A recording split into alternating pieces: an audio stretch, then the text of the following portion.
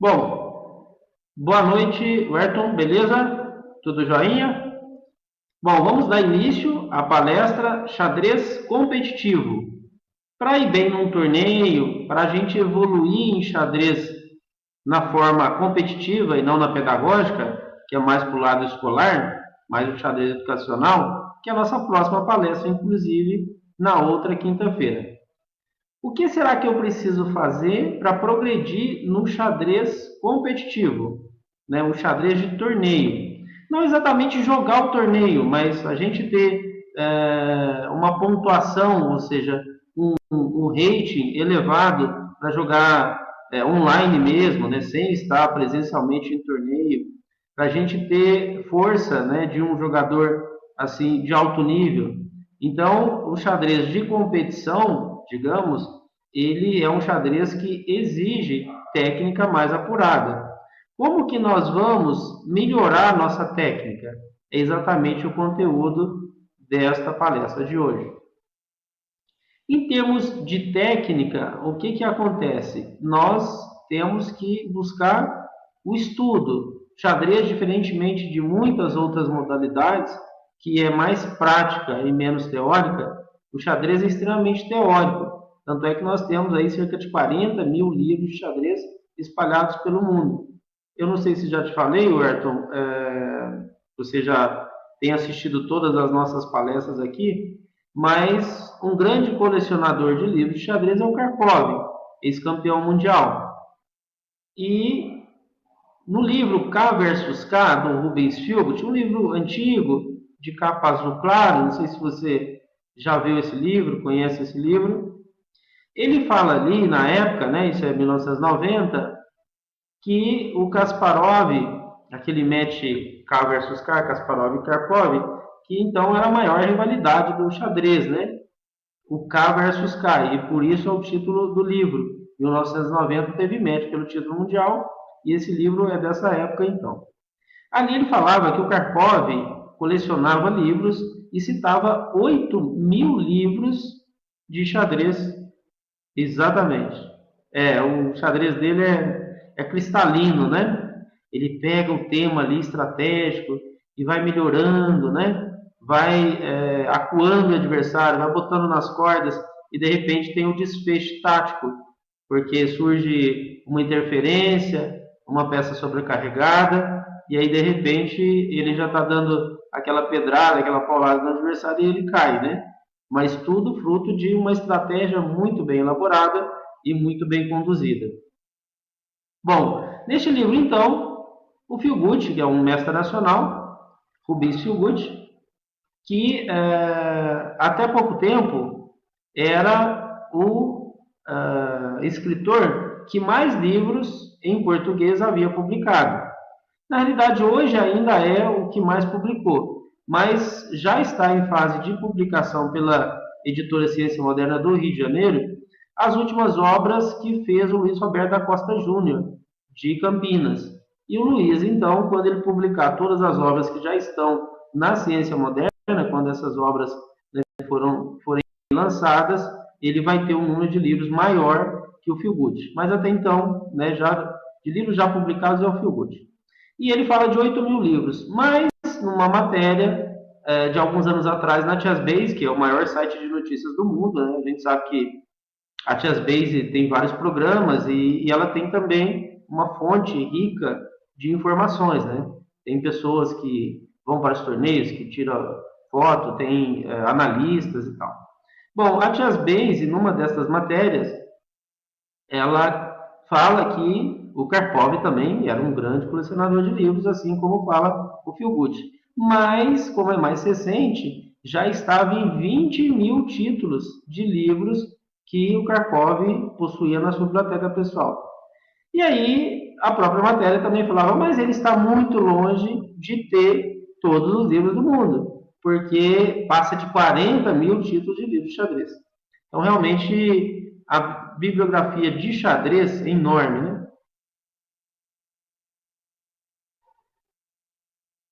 Ah, legal.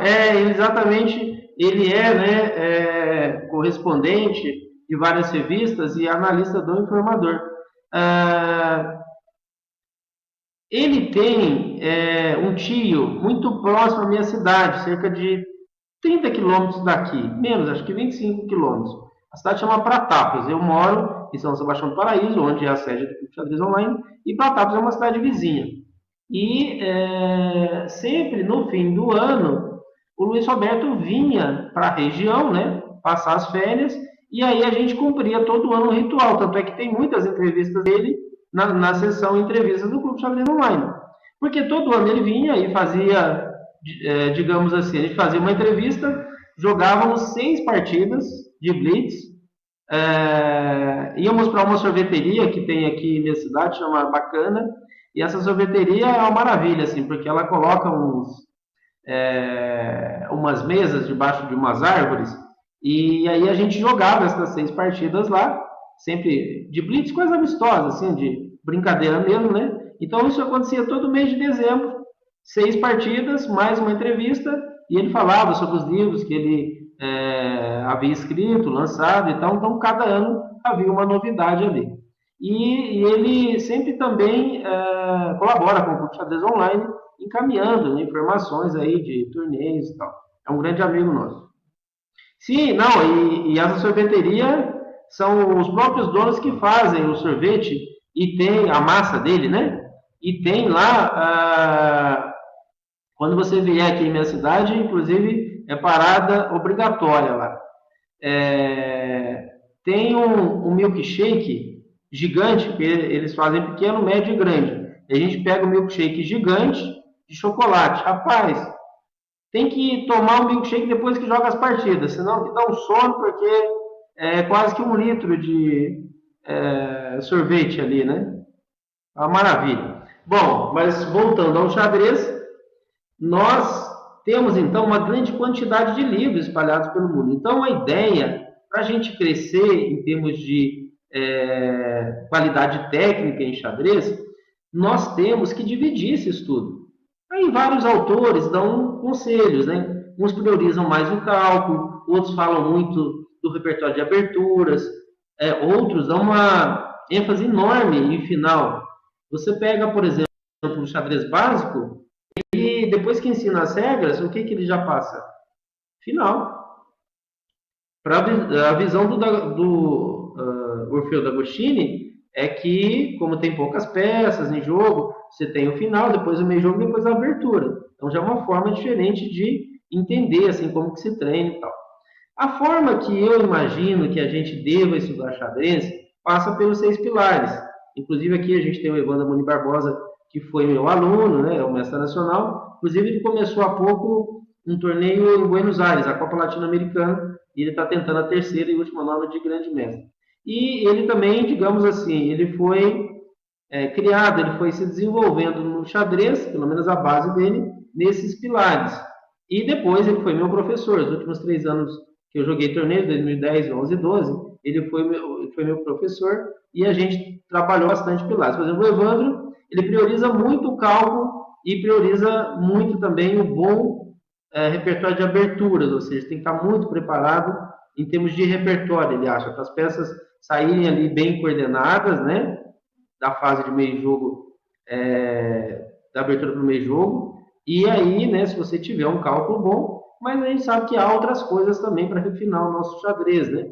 Nós temos aí a parte de tática, que é importante para não perder peça, mesmo assim, a gente vai perder peça em 1, 2 lances quando a gente é um jogador bom, mas a médio e longo prazo, em termos de jogadas, assim, né, 4, 5 lances, 7, 8 lances para frente, pode ser que perca se você não tiver um bom cálculo, né?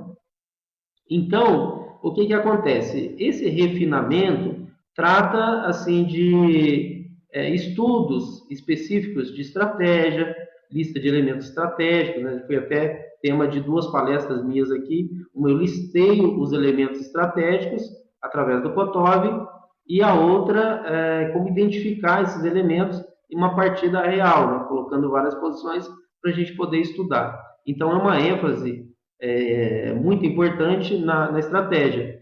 E final também, final é muito importante, né? A gente tem que conhecer alguns grupos de finais para poder, quando chegar nessa fase, converter as vantagens ou tentar um empate ali numa posição que está inferior, ou às vezes até perdida, né? para a gente ter mais resistência até e às vezes até mudar esse resultado que parecia, né? Se a gente estiver perdido, provavelmente vai perder, né? Mas quem tem mais técnica de final oferece mais resistência ou às vezes consegue até um empate. Bom, então é isso. Em termos de teoria, nós temos que dividir o estudo, isso eu chamo de estudo fragmentado, ou seja, a gente tem que buscar em cada pilar subsídios teóricos que ajude a tomada de decisão numa partida real. Então, em termos de teoria, é por aí. Agora, quais livros pegar, que nível desses livros, né, se nível mais baixo, intermediário, avançado, vai depender assim, da evolução de cada um. Nós temos a possibilidade também de estudar por software, ou seja, tem vários, o Clube de Xadrez Online, por exemplo, tem parceria com o Chess.ok, né, que vende aqueles programas, fabrica os programas da Convecta, e há programas extraordinários para a gente trabalhar. Eu adoro, por exemplo, o Total Chess Training 1, 2, 3 e 4. Então, pelo computador também, em modo offline, a gente consegue estudar bastante. E tem também a visita em sites, né? Tem muito material espalhado pela internet. Então, em termos de informação, para essa parte teórica, a gente tem muito material e nós vamos trabalhar isso, né? A gente vai falar um pouco mais disso, né, nesta palestra. Mas é importante também a parte prática, ou seja, se é xadrez competitivo, a gente tem que imaginar que vai ter um adversário ali do nosso lado. Inclusive, o último livro, né, que saiu, esse livro saiu só em espanhol, do Dvoretsky, que hoje, juntamente com o Agard, nós temos o Num, temos o Silman, o Watson, né? São ali os grandes, o Serawan, são os nossos grandes pensadores. Avrukh, são Moskalenko, são os nossos grandes pensadores, né? Desses, inclusive, Dvoretsky um pouco mais antigo. Né? Eu, por exemplo, tive contato com livros do Dvoretsky meados de 1990, ali, da década de 1990. 1995 foram os primeiros livros que eu vi dele, né? Técnica para jogador de torneio. Depois temos livros traduzidos, né? Treinamento de Elite 1 e 2, que na realidade é a escola de excelência dele, que saiu em inglês, né? Que são, salvo engano, são 6 volumes. E tem um livro dele exatamente falando sobre isso, né? Que você tem um rival à sua frente. Ou seja, você tem que olhar aspectos psicológicos quando você está em uma competição, tem que descobrir as ameaças desse seu adversário, porque o xadrez é muito concreto nesse aspecto, né? O aspecto prático. Você senta ali e tem que derrotar o adversário. Ele tem conhecimento teórico, ele tem força psicológica, ele tem nos torneios mais longos, né? Assim, exige já um bom preparo físico. Tem a questão de alimentação também, você vê esses matches pelo campeonato mundial, o cara leva uma equipe, tem lá os segundos, né? Alguns até mais especializados em computador, outros mais assim isso para poder fazer pesquisa, né? E ajudar exatamente o desafiante ou o campeão mundial ali. Tem o cara que ajuda na preparação de aberturas, né? E não é só a parte técnica, você tem o manager, né? Você tem o cara que cuida dessa parte de imprensa, a parte de logística, né? A parte financeira até do match, nesses acordos e tal. Você tem o preparador físico, muitos levam até o cozinheiro, ou seja, tem a parte de alimentação e às vezes até um psicólogo. Então é um conjunto de coisas que faz a pessoa render competitivamente em alto nível. Eu joguei bons torneios, nesses 22 anos que eu joguei torneios, cerca de 600 deles, e eu felizmente tive muitos bons torneios no Brasil e alguns fora dele. Então, o que acontece? Nesses grandes torneios, que você fica jogando ali 7 dias, 10 dias, 12 dias, às vezes joga 2 semanas, estes torneios são torneios diferentes desse que a gente joga só uma tarde, né? Um torneio de blitz num clube. O Clube Xadrez Online, por exemplo, todos os sábados abre as portas para a comunidade enxadrística local e regional e recebe jogadores para um torneio de blitz. Nós fazemos das 3 às 6, recebem os amigos, né, para poder jogar, e também iniciantes, a gente ensina e tal. Mas durante 1h30, exatamente das 4 horas às 5h30, nós fazemos um torneio de blitz. O que acontece nesse torneio, então? O xadrez competitivo para blitz, basicamente, ele é duas coisas. Ele é cálculo, ou seja, mais relacionado à parte tática, e ele é a preparação de aberturas. Quem tem um bom preparo de aberturas e quem está afiado taticamente, ou seja, consegue calcular rapidamente ali, é um xadrez mais superficial, digamos assim, né? Ele tem uma vantagem muito grande em relação ao adversário. Eu, por exemplo, sempre fui muito bem preparado nas aberturas. Eu não ampliei o meu leque de aberturas. Eu nunca tive muitas opções para as aberturas, mas dentro das opções que eu sempre joguei, por exemplo, contra a Siciliana eu joguei a Lapin, sempre estava muito bem preparado dentro da Lapin. Então, o meu preparo de aberturas ajudava muito nesses torneios blitz e rápido. Então, esses torneios, a abertura, mais a parte de cálculo, né? Ou seja, fazer lances assim que deixam as peças protegidas, fazer lances que causam duas ameaças no adversário, né? Você ataca uma peça, depois ataca outra, faz um planinho de romper na ala da dama, de mexer ali no centro, ala do rei. Ou seja, esse xadrez mais prático, mais até imediatista, é o xadrez de blitz, né? Que a gente joga online também, e esse que a gente faz aqui aos sábados, porque é algo mais informal, né? Apesar de dar troféus, medalhas e tal, é algo mais informal. E nós temos os torneios rápidos. Estes torneios rápidos também conta bastante a parte de abertura e de cálculo, mas não são já fatores tão decisivos. Ou seja, há outros elementos já dá para olhar um pouquinho de estratégia, porque xadrez rápido você vai de 15 minutos a 59, né? E o blitz até 14. E de 60 para frente seria o pensado, xadrez clássico, né? Então, nesse xadrez rápido, até 1 hora quase, dá para estudar um final, né? Ou seja, dá para você colocar em prática a técnica de final, dá para você trabalhar a parte de estratégia, aquelas manobras que a gente faz ali no meio do jogo. Então, não é como o xadrez clássico. Nós vamos falar agora que dá para aprofundar muito mais nisso. Xadrez clássico, esse que é evento internacional, 1h30 para a partida toda, mais 30 de acréscimo, que é o normal, né? Nesses torneios já valendo o hate feed.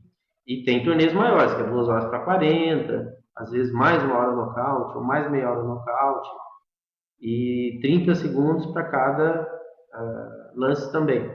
Então, estes eventos, eles, os pensados, aí são eventos que o cara que estuda mais, o jogo aparece mais.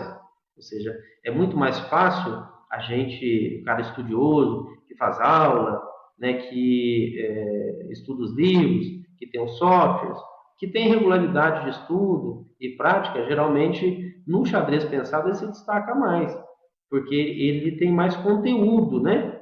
Conteúdo enxadrístico, ele tem mais teoria. E essa teoria, ele tem que buscar essa teoria enquanto ele está ali pensando. Então, no xadrez clássico, aparece mais. Eu sempre estudei bastante xadrez. O meu xadrez clássico sempre foi muito superior ao meu xadrez rápido e de blitz. É como se fosse uma sequência mesmo. Suponhamos lá que eu sempre joguei 2.200, o meu maior rate foi 2.247. Então, isso aí para xadrez clássico, né? Se eu for olhar o rápido, eu não tinha essa força de 2.200 de xadrez rápido, né? Porque o meu forte era exatamente o estudo, e isso aparece mais com mais tempo. E o blitz a mesma coisa, digamos que eu era mais fraco em xadrez rápido em relação ao pensado, e mais fraco ainda do blitz em relação ao rápido. Mas esse fraco eu estou dizendo assim, sei lá, 50 pontos abaixo. Suponhamos que eu tivesse 2.200 de força no clássico, 2.150 no rápido e 2.100 no blitz, por exemplo. Né? É que blitz tem dia que você está vendo tudo dá certo e tal. Eu já cheguei a bater mestre nacional, mestre da FIDE, já cheguei a ganhar bons torneios até de blitz, de xadrez rápido também, mas oscila mais, o jogo da gente oscila mais. No pensado, você, digamos, é mais estável, né? Você tem mais tempo ali e tal. Então, essa diferença de torneios reflete também nos resultados do xadrez competitivo. Porque, por exemplo, eu tenho um amigo que escreveu comigo o livro Espírito da Abertura e mais outro livro chamado Mundo de Xadrez. Ele tem um pensamento mais profundo. Ele não faz qualquer lance, né? Então ele tem que pensar. A mente dele não aceita fazer qualquer lance para não perder pelo tempo. Ele perde pelo tempo, mas ele não joga qualquer lance. Então, onde que o xadrez dele vai aparecer mais? Quando você tem uma mente assim um pouco mais profunda, vai aparecer no xadrez clássico, xadrez pensado. Quanto mais tempo você der para ele, mais resultados ele vai ter, né? Mais melhores resultados ele vai ter. Eu não estou usando o tabuleiro aqui porque, né, hoje é uma palestra, digamos assim, mais teórica. Se precisar, eu ilustro aqui, eu vou só mudar o ambiente, que depois o pessoal que pegar o vídeo já tem um outro fundo, digamos assim, mais voltado ao xadrez, porque estava aparecendo só uma telinha ali. Então, o que, que acontece? Os tipos de torneios, o estilo do jogador, como o jogador pensa, isto faz diferença nos resultados. Então, o xadrez competitivo, tanto é que a FIDE tem 3 rates. Ela tem rate de blitz, ela tem rate rápido e ela tem o rate pensado. Né? Eu, por exemplo, só tenho rate pensado. Eu não joguei nenhum torneio na minha época de jogador, que é 2012, eu não joguei nenhum torneio blitz e nem rápido, eu não tenho esses rates. E hoje, se você olha o cartão da FIDE, ainda tem o xadrez online. O Arena da FIDE, você pode jogar lá e tem até titulação. Tem o título de grande mestre, mestre nacional, isso para xadrez online. Então há essa variação para o xadrez competitivo. Tá?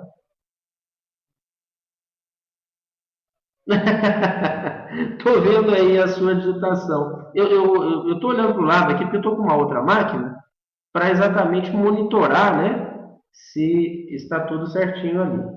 Então é exatamente isso, né? O clássico realmente é um xadrez de verdade, né? Quando a gente pega aqueles livros, né, com aquelas jogadas maravilhosas, acompanha ali os campeonatos mundiais, aquilo lá é xadrez com tempo, né?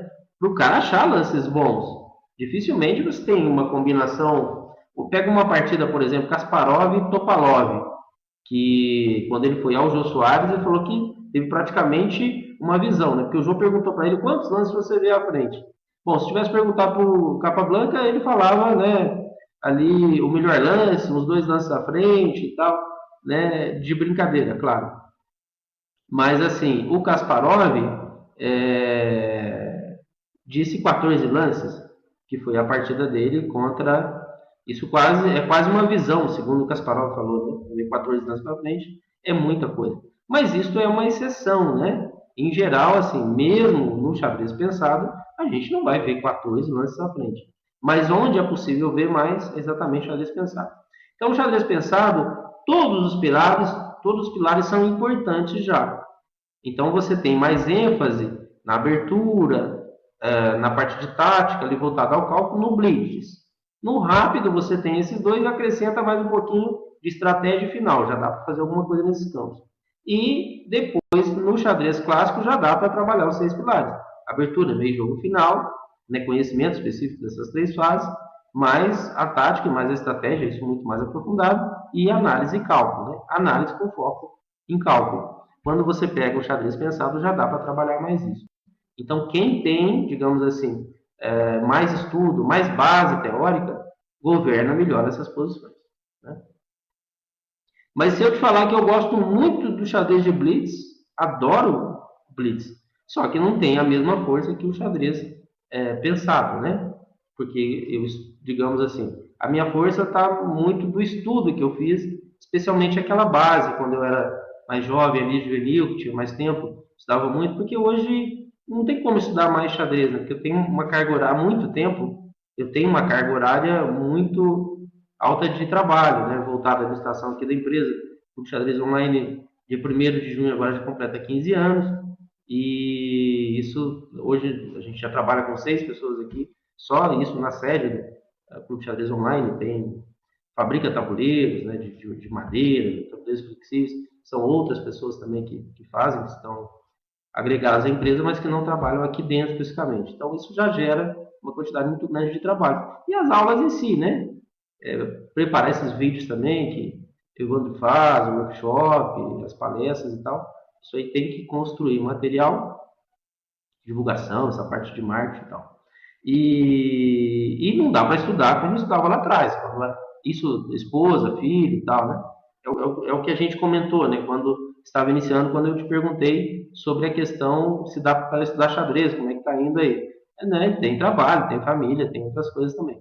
Mas lá atrás eu fiz uma base muito boa teórica que sempre no xadrez clássico, xadrez pensado, deu para sobressair, ok? Bom, há outros aspectos. Por exemplo, você pega um cara de 2.600 e outro de 2.600. Estes são os outros aspectos que nós vamos entrar agora. Como que um cara desse ganha do outro? Digamos que um tem lá 25 anos, outro também. Eles começaram com 5 anos de idade de xadrez, que tiveram uma boa formação. Então, qualitativamente, em termos de técnica, é parecido o jogo deles, muito semelhante. O que faz um ganhar do outro? Então, deve haver outros aspectos que não só os técnicos que a gente poderia colocar. Bom, em Teresina, né? Inclusive, eu tenho 3 alunas daí. Elas são filhas do Lourenço Menezes. É a Lorena, a Letícia e a Larissa. O Lourenço chegou a jogar uma final aí de campeonato piauiense. Eu não sei se nessa final... Você jogou essa final? Que ele jogou deve ter uns 2 anos aí. Ou ganhou essa final, né? Ah, legal. Você tem contato com ele. Eu sou fãzaço dele. Nossa, eu falo, olha... É porque eu tenho uma filhinha de 4 anos. Ele tem 3 filhas, né? Aí eu falo para ele assim, olha... ensina aí como é que você cria suas filhas, né? Porque assim, ele dá muita ênfase aos estudos, né? Utiliza o xadrez como ferramenta pedagógica também, e não só competitiva. E as meninas, às vezes, são muito educadinhas, então eu gosto muito delas, assim, né? A gente faz as aulas, fica ali 1 hora. A Lorena já está indo no 3º ano que a gente está fazendo aula, a Letícia e a Larissa, 2º ano, então, assim, adoro ela, tipo, 1 hora ali, parece que são 5 minutos, né? E ele é forte, eu sempre discuto com ele livros, né, que ele estuda, quais livros, ele discute teoria, assim, de teorias cognitivas, né, de xadrez, como passar informação.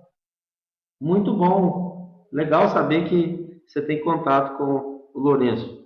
Sou fã dele. Ah, legal. Eu ganhei 4 aqui em Minas e fui vice 4 vezes.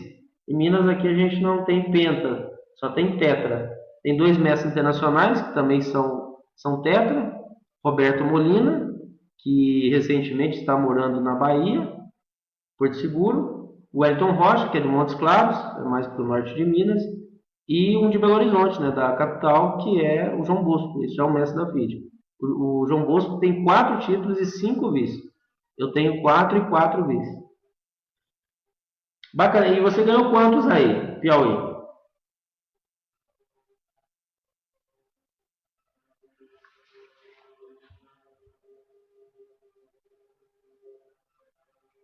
Uau! 8 é muito. Nem, nem eu, aposentando aos 80, não conseguiria ganhar 8 títulos em Minas. É difícil. 8 títulos é muita coisa. Tem que dar. tudo muito certinho, você tem que estar muito em forma para dominar o xadrez do seu estado 8 vezes, né? Você tem que estar muito bem afiado. Mas os nossos jogadores aqui, acontece um problema quando você tem jogadores fortes, sabe, Ayrton? A questão é do profissionalismo. Esses jogadores são contratados por outras cidades. Por exemplo, o mestre nacional Ivan Barbosa, que trabalha aqui comigo. A unidade federativa dele não é de Minas Gerais. Ele ganhou um mineiro só, ele ganhou um mineiro de 2008, que coincidente 2007, feito em janeiro de 2008, na minha cidade, e né, coincidentemente o título dele é daqui, né? E foi, na época, o campeão mineiro mais jovem da história, com 15 anos. O Elton Rocha havia ganho ali para os 16, 17 anos. E depois um outro aluno, João Paulo Casemiro, em 2010, bateu o recorde do próprio Ivan, ganhando aos 14 anos. Mas estes jogadores, eles são contratados por outros estados, especialmente Santa Catarina. Se você olha o Campeonato Mineiro, por exemplo, o que ganhou o Igor Ribeiro Campos, que já joguei várias partidas com ele. Inclusive, o meu último vice-campeonato é de 2011. Eu encerrei a carreira de jogador em 2012. Em 2011, nós jogamos a final em dezembro, ele participou dessa final. E foi minha última partida até. Ganhou o Molina e eu fiquei em segundo, meio ponto atrás. E foi uma partida muito dura com o Igor. E o Igor é o atual campeão, mas ele não tem 2.200 de rede. E hoje, se você olhar a lista dos jogadores de Minas, tem muitos jogadores acima de 2.200. Tem jogadores acima de 2.400, tem jogadores acima de 2.300, tem jogadores acima de muitos jogadores acima de 2.200. Mas nenhum desses jogadores no último campeonato estadual não jogaram, pelo fato de profissionalismo, né? Eles são contratados por outros estados, São Paulo especialmente e Santa Catarina. O Agostinho, exatamente, eu sei. O Agostinho, eu cheguei a jogar com ele no Aberto do Brasil, eu acho, em Brasília. Creio que joguei com ele em Brasília faz muito tempo. Eu joguei muitos Abertos do Brasil. Brasília, por exemplo, eu estive lá 12 vezes. Só de Aberto do Brasil eu joguei 7. E um dos primeiros Abertos do Brasil que eu joguei lá, acho que eu joguei com o Agostinho. Mas não tinha esse nível de 236 na época, né? Creio eu. Eu acho que na época, eu não sei, mas acho que nem tinha rate feed quando eu joguei com ele. Porque o meu rating feed é de 96. E foi pouco depois que eu acho que eu joguei com eles aberto do Brasil. Olhamos lá, analisamos a partida. Acho que foi. Eu já joguei muito torneio, né? Fica difícil exatamente lembrar assim, se de fato era ele mesmo e tal, mas eu creio que sim. Bom, é só olhar o meu banco de dados também, né? E checar, né?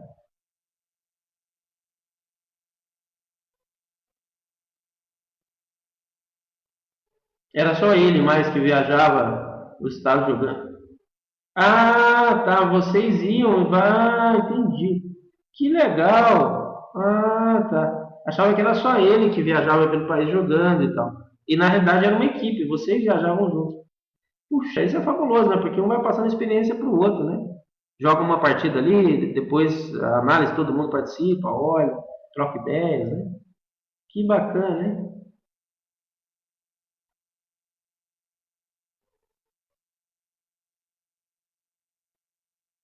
E era um aberto do Brasil curioso, que era um aberto do Brasil único, né? Só tinha um por ano, né? A minha cidade, em 1995, sediou o último aberto do Brasil de uma edição só, né? Porque hoje é um circuito, você faz vários abertos do Brasil. E antigamente era um só, né? 1995 foi o último que teve só um, né? Foram 246 jogadores, mas o recorde não é daqui, o recorde é de Americana, acho que 286 jogadores. É o maior aberto do Brasil, pelo menos que eu me lembro, é de 1994, Americana, interior de São Paulo. Isso, o país todo e o norte e o nordeste, especialmente o nordeste, tem tido bastante evento, né? A CBX tem feito boas parcerias com as federações, acho que está muito bom, né? Ou seja, você não precisa ir tão longe para poder jogar torneio valendo o rate feed. Eu lembro que a minha época, para sair o rate feed, demorou muito. O meu CBX, eu comecei já em 89. O meu CBX, ele saiu em 1894 e 1994. E o meu filho saiu 2 anos depois, 1996. Pra você ter ideia, eu já tinha ganho mineiro, já era um jogador que jogava muitos torneios no Brasil afora, mas era difícil fazer o rate feed, né? E só em 96 então sai o meu rate feed, são 240. Exatamente. Esses torneios que valem rate feed é quinta, sexta, sábado, domingo, é sexta, sábado, domingo, né? Você não tem só o sábado e domingo. Eu, como sempre trabalhei com xadrez, né? Eu dou aula só de xadrez desde 1992, então eu já tive essa facilidade, né? De poder viajar mais os torneios. Bom, vamos seguindo aqui com a palestra, né? O que nós estamos discutindo também está relacionado ao xadrez competitivo, ou seja, que é importante estar nos torneios, é importante. Quando você tem uma equipe, então, aqui a gente viajava com uma van, eu levava alunos, a 15 alunos, a gente ia de micro-ônibus, pra você ter ideia, eu já fui de micro-ônibus em Brasília, já fui levando mais de 20 alunos em Brasília, aqui da minha cidade, né, e assim, com bons resultados, eram garotos ainda e já muito fortes. Então, esse xadrez competitivo, sem os torneios, né, sem estar nos grandes torneios, é muito difícil a gente progredir. Mas uma coisa que eu gostaria de falar, né, falando lá aquele exemplo de 2.600 e outro de 2.600, é exatamente a vontade, não é só a parte técnica. É, o xadrez é uma luta, e essa parte psicológica é muito importante nos torneios. Ou seja, eu ir para cima, eu forçar as posições, eu querer o ponto. Há jogadores, por exemplo, que são muito moles em torneios, né? Então, assim, 10 lances lá, o cara já empata, vai descansar e tal. Essa política funciona quando você tem 2 rodadas e está entre os primeiros ali, né?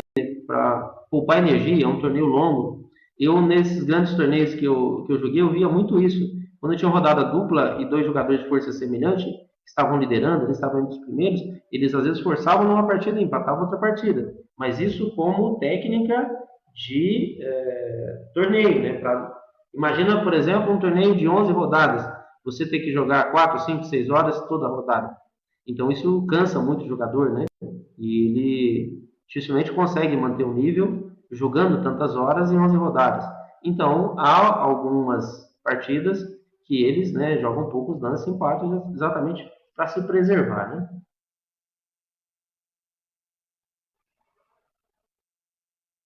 Ah, legal, você jogou com o Júlio Granda, né? O Júlio Granda eu vi pessoalmente em 2012, quando eu joguei o Continental das Américas, que ele ganhou, inclusive, em Mar del Plata. Onde é que você jogou com ele?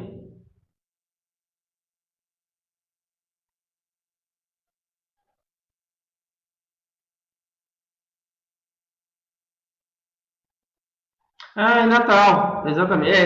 Esse evento eu já não fui, né? Porque eu já tinha encerrado a carreira como jogador. E adoro os torneios, viu? Eu só não vou para os torneios porque a ideia é crescer aqui em outras áreas, dentro do xadrez mesmo, né? Melhorar as aulas, a própria empresa, o Clube Xadrez Online, oferecer mais coisas, como esse, por exemplo, a gente não tinha palestras online, você não tinha workshop, você não tinha grupos de estudos online, eram quase aulas individuais, né? E hoje, eu estando afastado dos torneios, eu tenho mais tempo para me dedicar aqui, e eu acho que no xadrez eu sou muito mais importante, né, não sendo jogador, ou seja, acho que eu posso fazer muito mais coisa não sendo jogador, né? Porque a gente já tem muitos bons jogadores e ser jogador gasta muito tempo, né? Então, assim, para ser jogador, você pode cuidar da família, do seu trabalho e o hobby vai ser o xadrez. Acho que essas 3 coisas já bastam muito, né? Para você fazer o esquema que eu fazia dentro da área, ser árbitro, ser instrutor, né? Lidar com xadrez pedagógico, ser treinador, né?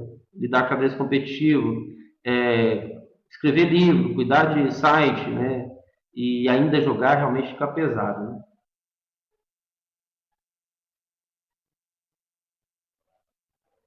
Ah, sim, exatamente. Ainda são, mas são as aulas VIPs, né? As aulas VIPs a gente faz pelo ICC e Skype. Porque o ICC tem um programinha onde a gente grava os PGMs e aí fica tudo ali, a gente manda as posições e tal. E o próprio ICC, né, que você tem ali contato com o aluno rápido, fácil e tal.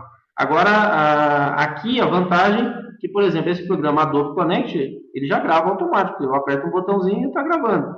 Depois dá um trabalhão danado para poder chegar aquele link para vocês, né? Porque tem que tirar o vídeo daqui e se eu faço 1 hora de palestra, ele vai gastar 1 hora também para sair. Ou seja, para fazer o download dele, que a gente chama renderizar. Para renderizar o vídeo e ele está num formato né, assim, que possibilite trabalhar nele, já demora bastante. Depois você ainda tem que compactar, porque fica muito grande. Aí vai mais um tempão. E depois você vai mandar ele para o servidor ainda, né, de vídeos, para ir gerar o link, para ir mandar para o pessoal. Mas é muito prático, né? Ou seja, você tem trabalho assim de configurar essas coisas assim, mas está tudo ali já, né? É bem prático. Bom, voltando lá então ao xadrez competitivo, você tem essas questões psicológicas, assim, de... Eu, por exemplo, sempre tive muita garra em torneio, queria ganhar os torneios, e tanto é que, mesmo trabalhando muito, né, assim, como professor, eu consegui bons resultados como jogador, né, um rating razoável, cheguei a mestre nacional, ensaiei ali uma tentativa de mestre FIDE, chegando a 247, em 2012, inclusive, é que na realidade de 2.200 a 2.250 praticamente eu tive todos os ratings ali, né? 2.201, 2.202 e vai até esse 2.247. Então ficava oscilando ali, né? Entre 2.200 e quase 2.250. Numa temporada melhor, aproximado de 2.250. Outras temporadas assim não ia tão bem. Estava trabalhando mais, estava menos preparado e aí já se aproximava de 2.200 e tal. Bom, mas então, essa parte psicológica sempre me ajudou, porque eu sempre tive muita garra em torneio. Então, fora o aspecto técnico que a gente já discutiu, é muito importante essa parte de garra, é muito importante essa vontade de querer ganhar, de fazer boas partidas e tal. E para os torneios longos tem essa questão também, como nos matches pelo Mundial que eu citei, onde você tem que estar preparado fisicamente. Eu hoje, por exemplo, a minha endocrinologista disse que eu tenho que ter 70 quilos, eu tenho 78. Se eu voltasse para os torneios, a primeira coisa que eu teria que fazer é o quê? Fazer, né, uma dieta e trabalhar atividade física, ir para academia, ou correr, ou nadar. Fiz 3 anos de natação, achei muito importante, assim. Inclusive foram os anos que eu tive ótimos resultados. 96, 97, 98. 98, por exemplo, joguei a final do brasileiro. A época foi mata-mata. Só 2 foram mata-mata, que foi Bebedouro, em 1992, e esse que eu joguei de 98. E ali estávamos entre os 16. E essa época, né, estava com peso muito bom, magrinho e muito bem psicologicamente também, né? Então, esses fatores são importantes. Cuidar da alimentação quando estiver em torneio. Por exemplo, o que dá muita energia? Carboidrato, né? A massa. Isso é muito importante para você ter energia. Só que é uma energia mais temporária, né? Os torneios longos é mais interessante você comer proteína, né? A carne, por exemplo, porque te dá mais energia a longo prazo. Uma Coca-Cola, por exemplo, quando você toma, te dá uma energia, você parece um super-homem, né? Depois de algum tempo já cai a energia toda, né? Então, tem coisa, o cálcio, por exemplo, toma um suquinho de laranja. Quando você tem partidas mais longas, tem que ver. Tem gente que come chocolate, há outros, por exemplo, uma fruta, uma barra de cereal, que são partidas longas. Você fica ali 5, 6 horas e você perde energia mesmo. E há falta de preparo físico. Um torneio de 11 rodadas, quantas vezes eu vi o jogador brilhando ali 5, 6, 7 rodadas, e não porque é o sistema suíço, que ele foi jogando e pegou os jogadores mais fortes, né? Que já é como é o sistema suíço mesmo, né? Você ganhou, você pega o jogador mais forte, você perdeu, pega o mais fraco. Mas em torneio shooting mesmo, às vezes até as primeiras rodadas ele pegou os mais fortes.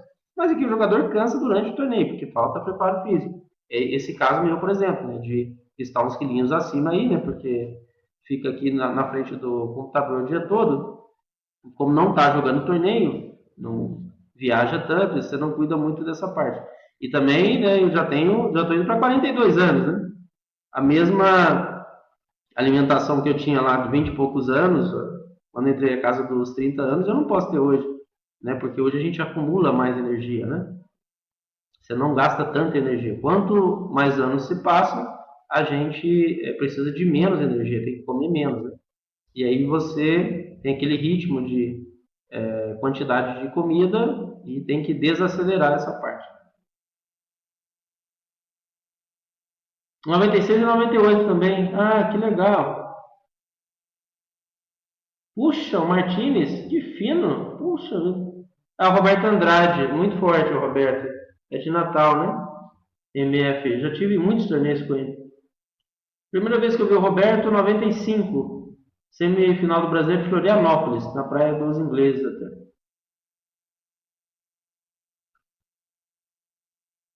Que bacana, eu comecei aos 16. Comecei aos 16 anos, perto aí de você, inclusive. Tinha acabado de fazer 16 anos. Eu comecei oficialmente xadrez dia 8 de agosto de 89. E eu sou do dia 6 de agosto. Então, estava com 16 anos ali. Legal. E a gente tem a parte prática, né? Para a gente fechar essa palestra, porque logo logo vem o aluno das 9 horas. A parte prática é fundamental. A parte prática, o objetivo final realmente do competitivo é jogar os torneios. A prova de fogo é os torneios, ou seja, são os torneios, você ter a seta ali te apertando, né? Tá faltando 2 minutos, 3 minutos. Às vezes você é uma das 3 últimas partidas, ou a última partida, quantas vezes jogando ali nas primeiras mesas, e é muito tenso. Nesse nível que eu sempre joguei, às vezes era o número 1 do torneio, às vezes era. Deixa eu só fechar aqui. Né, o número 2, 3, ou o Aberto do Brasil, número 10, 15, 20, algo assim, mas jogava ali as primeiras mesas, e aquilo é muito tenso. Né? Então, essa parte prática, a gente precisa estar muito condicionado para os torneios. Então, jogar online, você testar suas aberturas. Eu jogava muito 2 minutos, 5 minutos e 10 minutos. Aqui em ICC mesmo, eu sou sócio desde 99, com vários nicks, né? Não esse nick de agora, né? E aí, você tem que ganhar condicionamento, e a parte prática é importante. O objetivo final realmente são os torneios, mas eu jogava então 2 minutos, 5 minutos, 10 minutos.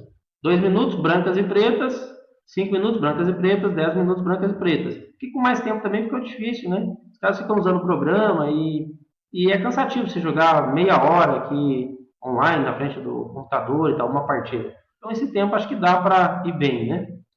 E não jogava uma outra partida se não analisasse a anterior. Eu sempre fiz isso, não ficar jogando aquele monte de partidas. O cara às vezes acorda 3 da manhã e joga aquele monte de partidas, aquilo vai ter uma qualidade horrível, né? Lá perdeu o sono, jogar. Tá assistindo TV e jogando. Então, assim, tem que ter um tempo reservado, joga uma partida, analisa. Acho que a parte prática dessa forma é importante. Os clubes também, né? Você pode ir aos clubes jogar. Esses encontros pessoais, como você falou do Lourenço, que você joga e tal, isso é importante. Um local que dá para trabalhar o presencial também, né? Porque você tem que tocar as peças, tem que jogar ali com as peças, porque o torneio de verdade é assim. Então, o treinamento dos pilares a gente faz meio a meio. Eu falo muito com os alunos o treinamento 50-50, ou seja, 50% você faz teoria e 50% você faz prática. E 50% teoria você divide, né? Esse tempo. Você tem 10 horas para o xadrez. 5 horas você vai jogar. Pode jogar pela internet, pode jogar no clube, pode jogar contra o computador. Né? Então você tem várias formas de jogar. Mas, quando você fala da parte de teoria, aí tem que dividir de acordo com a deficiência. Eu, por exemplo, quando pego alunos no curso VIP, eu faço testes com eles em cada pilar.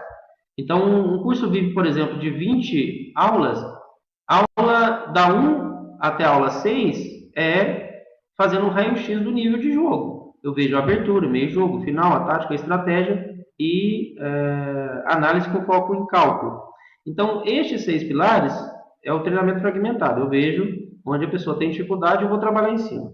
Depois, aula 7 e 8, você tem o integral. Eu pego partidas desses alunos, né, mas trabalhando individualmente, e vou ver aonde tem problema na transição, da abertura do meio jogo para o final, hora a partida, a tática, ela vira estratégica, será que está fazendo lances tática ainda, né? Partida tempestade calma, ou seja, tem partida que é tática em algum momento, mas depois ela vira calmaria, será que o jogador muda o processo de pensamento ou continua dando lance tático em posição que precisaria trabalhar com as manobras, né? E aí, da aula 9 à aula 20, nesse perfil de um curso de 20 aulas, aí que nós vamos trabalhar os pontos fortes, né, valorizar os pontos fortes e corrigir os pontos fracos. Então, você tem que dividir o seu treinamento de acordo com a deficiência. Aí, você que já é um jogador assim, mais experimentado, você deve saber onde é que estão as suas fraquezas. Eu, por exemplo, sei que está em estratégia. Sempre fui um jogador tático, evolui muito taticamente, mas o meu nível de estratégia não chegou ao mesmo ponto da tática. Um outro problema que também acontece é a gente estudar mais abertura e menos final, né? Então, por exemplo, a minha abertura realmente é bem melhor que os finais que eu jogo, né? Eu estudei menos final que abertura. Mestre, eu preciso ir então, né? Porque o aluno aqui das 9 horas ele está chamando, e senão ele vai embora. Semana que vem tem xadrez pedagógico, né? Acho que aí já não encaixa muito em seu perfil, né? Mas logo, logo saem as palestras de abril. E aí já vamos ter o Evandro de volta, porque ele está jogando torneio internacional e joga 2 torneios agora, né? Copa Latino-Americana, que começou agora à noite, valendo norma GM, e depois desse torneio ele pula lá para Mar del Plata jogar outro torneio também, valendo norma de GM. Beleza, obrigado, viu, por prestigiar a gente. E também o pessoal que vai pegar o vídeo, né? O próprio Bruno, que não pôde estar online hoje, que vai assistir o vídeo depois, e os outros que fizeram a compra para opção offline, para só ver o vídeo e não participar online. Abraço então, obrigado, valeu!